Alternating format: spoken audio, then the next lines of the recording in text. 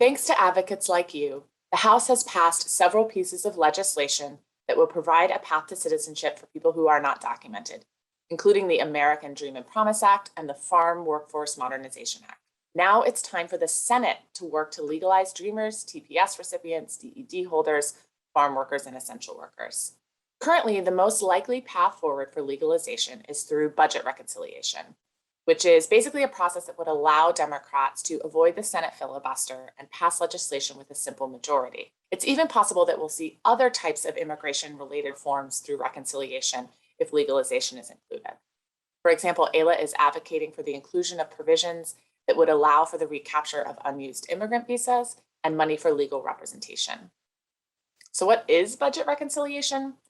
Basically, it's a process that would allow for streamlined consideration of certain types of spending and tax legislation. The reconciliation process in the Senate provides for limited debate and only requires a simple majority for passage. In July, Senate Democrats announced a budget agreement that included funding for legalization, which is a key threshold requirement for including legalization in the reconciliation process. The budget resolution is the first phase of the reconciliation process, during which Congress basically votes on top-line budget numbers. The Senate is voting on the budget resolution in the next week or so. And then in the coming months, we expect Congress to continue advancing the reconciliation process.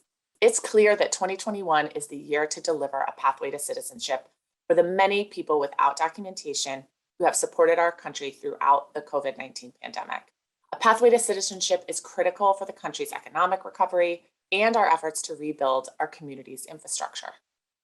The latest federal court ruling against Dreamers underscores this urgency, with key members of our community once again in limbo and at risk. You can help urge the Senate to pass legalization through the budget reconciliation process. Take action now at aila.org/takeaction, and AILA members, stay tuned for more ways to advocate through your chapter. We need your help in the weeks and months ahead to make these vital reforms a reality.